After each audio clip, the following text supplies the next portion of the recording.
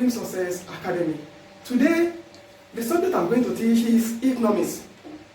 And under this subject, the first topic I'm going to be taking is the nature and scope of economics. Economics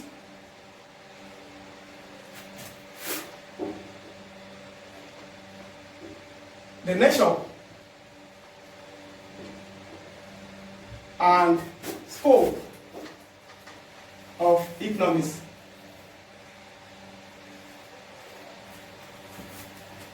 So under the nature and scope of economics, I'm going to teach the meaning, that is the definition of economics, and at the same time, I'm going to teach the basic concept of economics. Definition, then basic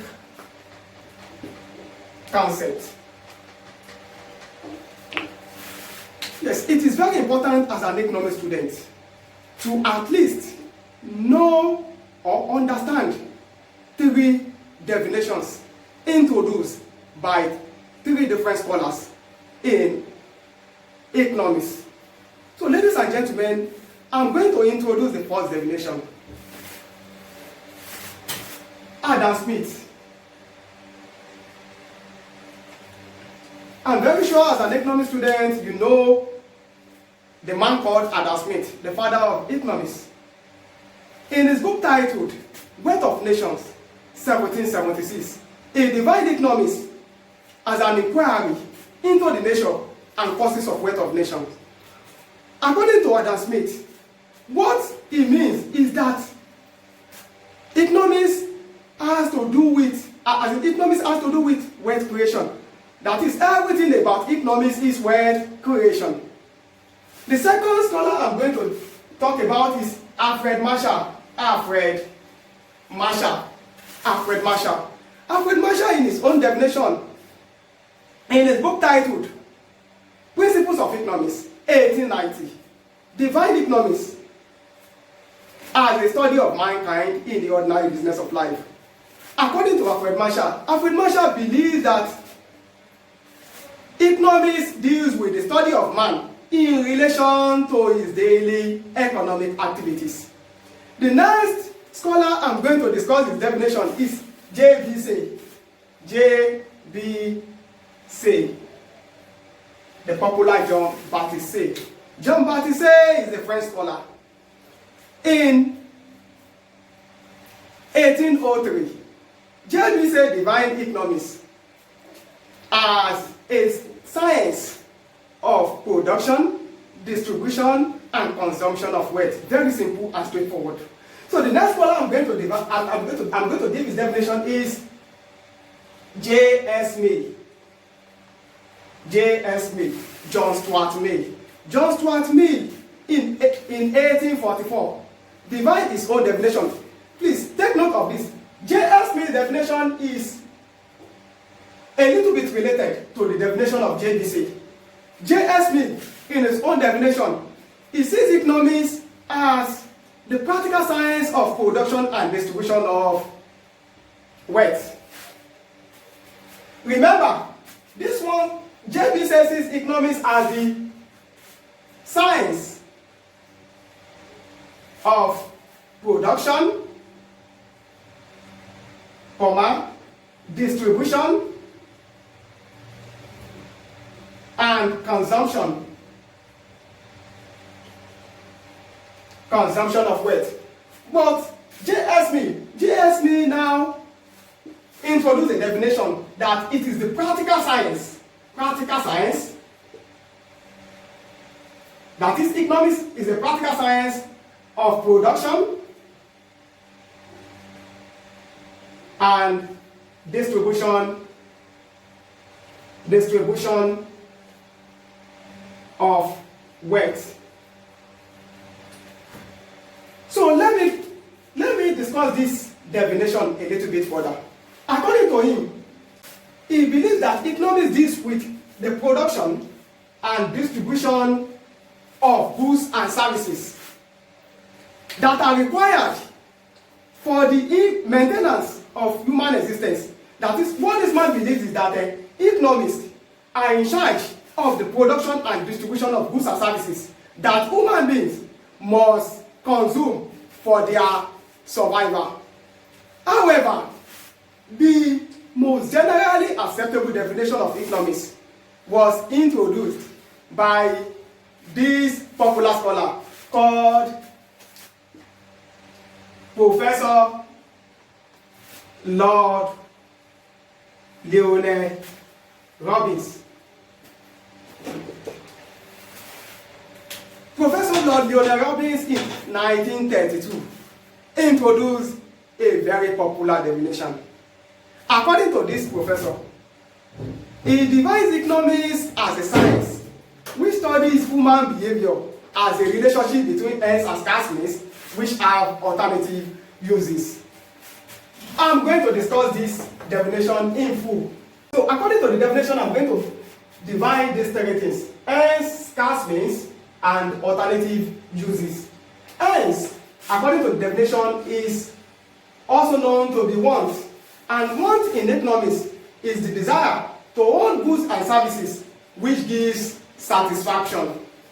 Very simple and straightforward. The second one is scarce means. This scarce means is also the same as scarcity. That is, scarce means also means that there are limited available resources to satisfy the unlimited wants. So the third one, which is alternative uses. The alternative uses, according to this definition, means that since there is scarcity of resources in an economy, then the available resources, as in the scarce economic resources, can be used for different purposes. So what this means is that the available resources that can be used for different purposes must be used to satisfy the more pressing wants before satisfying the less pressing wants.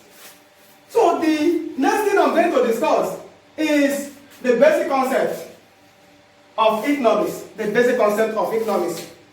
So under the basic concept of economics, basic concept of economics.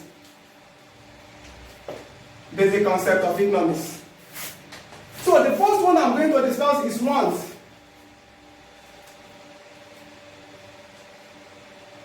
The second one I'm going to discuss is scarcity.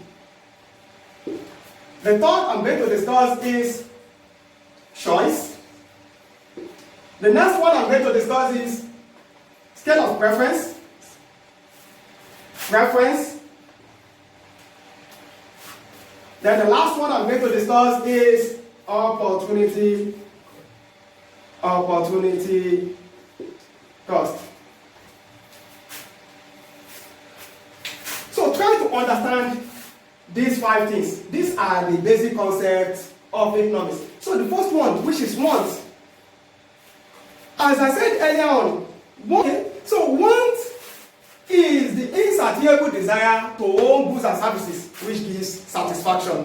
But as an economics student, take note of this. There is difference between want and need. Though some people may decide to use the two interchangeably, but there is clear difference.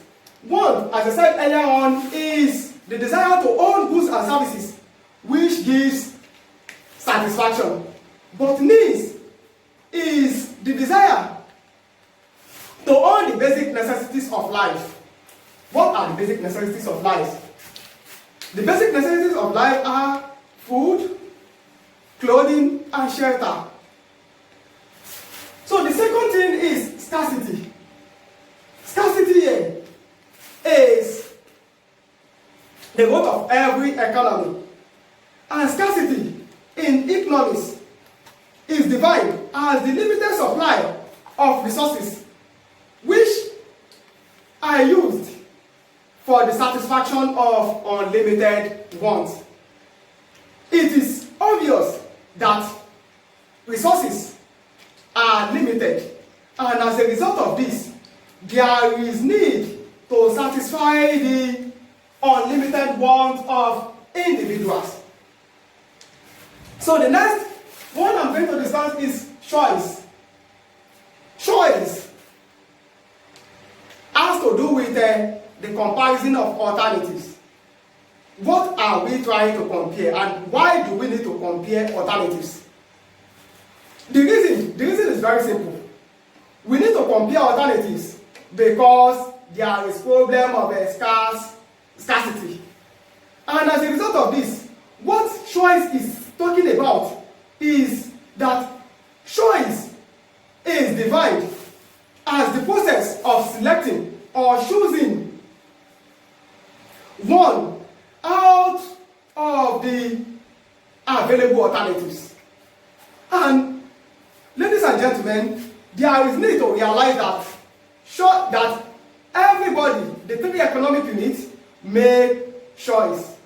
For example, as an individual, there is need for you to make choice due to the fact that there is limited available resources.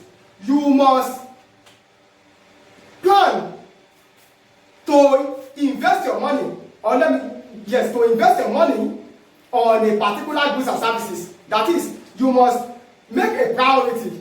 You must draw a kind of a scale of preference on those goods that you are going to consume and those goods that you are not going to consume. As firm must also plan to invest on some goods, and they must also try not to invest on some goods. And if a particular firm believes that investing on two commodities is their priority, then they must invest more on a particular commodity and invest less on another commodity. So the third economic unit, which is the government also makes choice. Government makes provision for public goods, and as a result of this, government must take into consideration that particular goods that will be of benefit to the society before investing in such goods. So the next one is scale of preference. Scale of preference. What do you mean by scale of preference? So scale of preference is a list that shows the unsatisfied wants of an individual in order of relative importance. So what scale of preference is saying is that an individual, because there is scarcity of resources, and as a result of this, an individual may have limited income to spend on numerous wants. The individual must have a scale of preference. For instance, let's consider this. Lois needs to buy a book, wants to buy a book of 200 naira, at the same time pen of 100 naira, uniform of 1,500 naira, sandal of 2,000 naira. But just because Lois has limited income of 1,800 naira, Lois only has to satisfy just 3 things out of these 4 things. So the first one Lois decide to buy is book, which is 200 naira, and pen 100 naira, then uniform 1,500 naira. I hope the concept of a scale of preference is clear. So can we move forward to the next one, which is opportunity cost. So opportunity cost.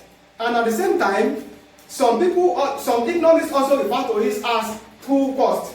So what do you mean by opportunity cost?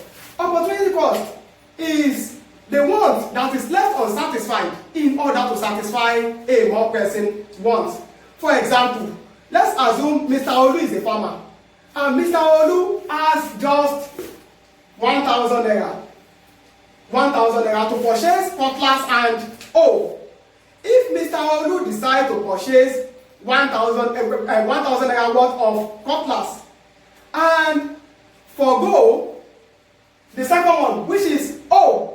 So what that means is that what is left unsatisfied is the hoe, because Mr. Olu will only purchase cutlass and forgo hoe. So the opportunity cost of satisfying, or let me say purchase the cutlass, is hoe. Very simple and straightforward. So there is need to differentiate between opportunity cost and money cost. What do you mean by money cost? Money cost is the total amount of money that is spent on the purchase of a particular commodity. You can see the clear difference. As I said earlier on, in economics see cost in terms of the opportunity cost. But the second one, which is meant for the accountants, is money cost. So what this is saying, in essence, is that an accountant will consider the amount of money you spend in the purchase of a particular commodity. For instance, Mr. Olu, who is a farmer, decide to purchase cutlass. Since Mr. Olu has spent 1,000 naira in the purchase of cutlass, the money cost is 1,000 naira. So this is a little bit different from opportunity cost. Ladies and gentlemen, I believe you enjoy the class.